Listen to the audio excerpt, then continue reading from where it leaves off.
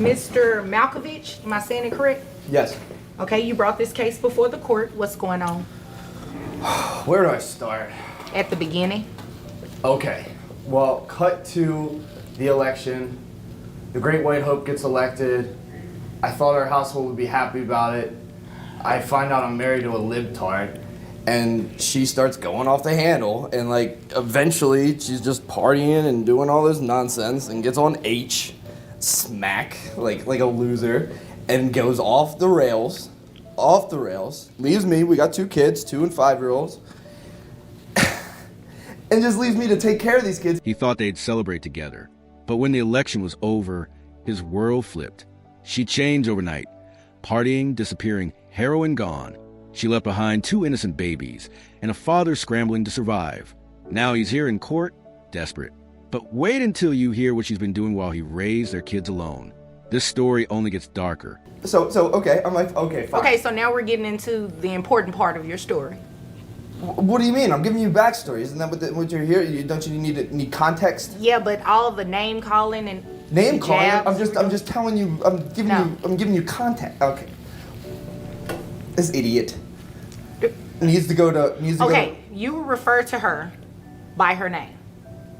What is your name? Martha.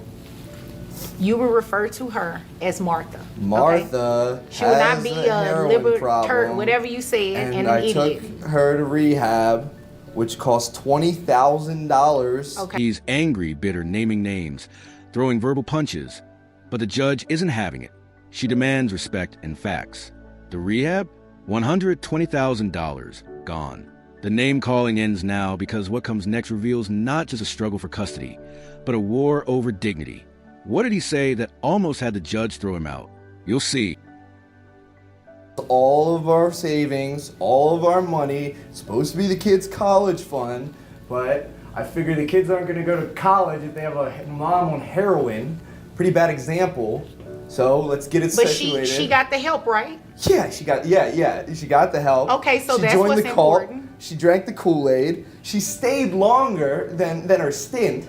Met some guy named, what's his name? Paul. Met Paul. You know, the globe-trotting Paul. What was Paul into, huh? Meth? Whatever.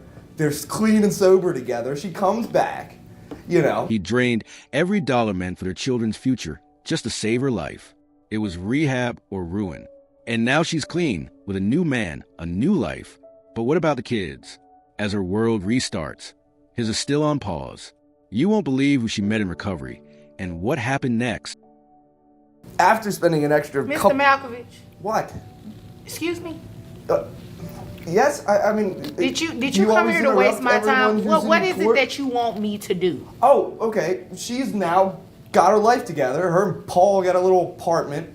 I let her see the kids every now and then, you know, make sure that, you know, I'd leave them unsupervised sometimes. Not to mention, then when I do that, she's on Instagram with these weird friends, they're rehab people, introducing them to our kids. But anyway, I want money. She works now. She works out. Like she didn't even work out when we were dating. Now she's gonna keep it tight for Paul. She used to avoid the gym.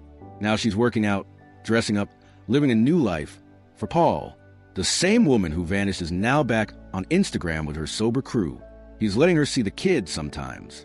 But there's one thing he wants back, and it's not love. He wants her to pay. And it's not just about money. So you're mad about that?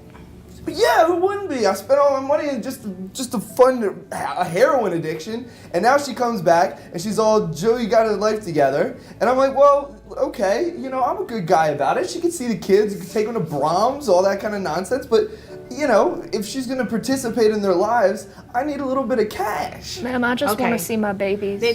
I was just getting ready to cut him off and move to you. Martha, you just want to see your children? Yes, please. Okay, and do the children live with him? That's a yes? Yes, ma'am. Okay. He's done being the nice guy.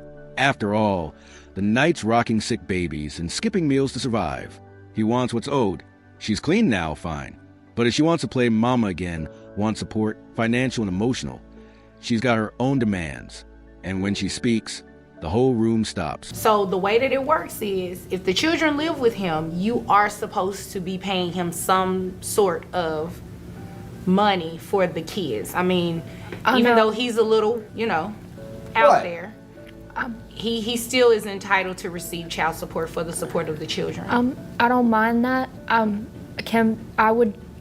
don't make very much, but Okay. I would really just the She's thing. a waitress at Denny's. Excuse me. I'm just telling you. Excuse me. Did she cut you off while you were giving that elaborate story? I mean, she hardly knows how to speak English. How's she gonna cut me off? No. Did she cut you off? No. Okay, thanks. Okay. The judge cuts through the noise. If he has the kids, she pays support. Period. She says she doesn't make much. But money isn't the only thing this courtroom is short on. Respect is running low. Tensions are rising. And now someone's about to lose their cool and maybe their case. Now, Martha, how much money do you make? 26,000 with tips a Okay. year. You're laughing at that, but you're in this courtroom asking for her to pay you child support. It's either that or just leave me and the kids and let us live our lives and just stay out. You know, they don't need No, they don't need and an that's not addict as a healthy. mother to be constantly. Do you want me to help you get child support? Because if not, we can stop this today. Yes. And Sorry. you can come back another day when you're. Miss I mean- another day at work. You know, some of us make more than 26 grand a You year. you didn't take anything before you came in this courtroom today, did you? Take anything? What do you mean? Yeah, you know what I No. mean. She makes $26,000 a year. He laughs in court in front of the judge. Big mistake. But the courtroom isn't just for jokes, it's for justice. And when the judge snaps back, everyone listens. Is he here for support or revenge? Keep watching.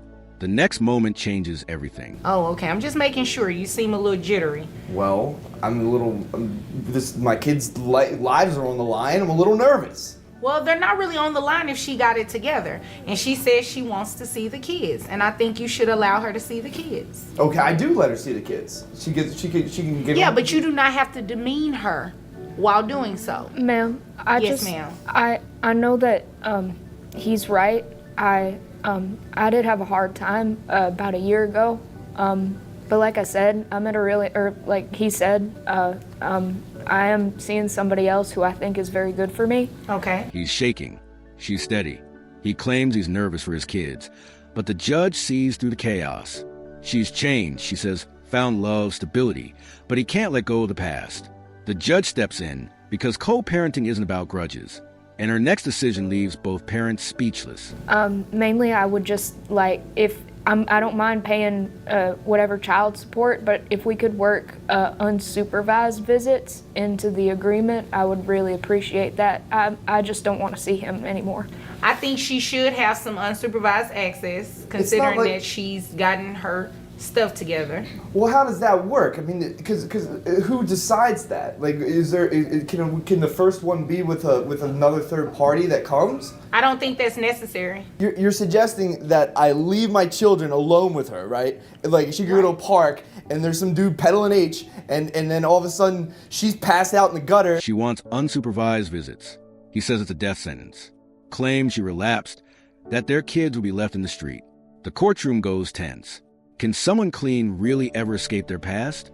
The judge listens, but what she says next changes the tone and the stakes. And one of my kids is getting hit by a car. Like, Okay. it's I'm going to stop you right there. unfathomable. I'm going to stop you right there. Yeah. And this is what we're going to do. What are we gonna do? What you're going to do, first of all, is get your foot. What are you doing? What do you mean? What am I doing? I'm listening to you. Go you on. have a cigarette in your mouth. There is no smoking in this Why business. would you be smoking in there? No, there What, is you no want smoking. Wait, bailiff, before he leaves, I need you to know this. We're going to reset your case because obviously you have a lot going on. So when you're ready to conduct He yourself, lights a cigarette in court. Yes, in front of the judge. Her jaw drops. His case frozen. She stops the hearing. This is no longer about custody. It's about control and respect. When a judge resets the entire case, everything you thought was decided gets thrown out. But it's what she says after that ends it all. in a way that's appropriate for this courtroom, then you come back and ask me for some relief. So you want me to come back and No, miss what I another want you day to at do, work? what I want you to do is be quiet, listen to what I said, and get out of my courtroom. This is a kangaroo court. Well, thank This is you. absurd! Thank you. This is what we're going to do, Martha. We are going to reset your case to a later date. Just make sure when you come back, you have your financial documents with you, okay? Okay. Okay, if there's nothing further, you're dismissed. She tried to hold it together. He tried to push too far. But the judge, she laid down the law. The case is reset. The kids still caught in the middle. And one last warning. Come back ready or don't come back at all. This case may be paused, but the pain is real. If you felt the heartbreak in this story, drop a comment, hit like, and subscribe for more real courtroom drama. Sometimes justice takes time, but the truth always finds its way.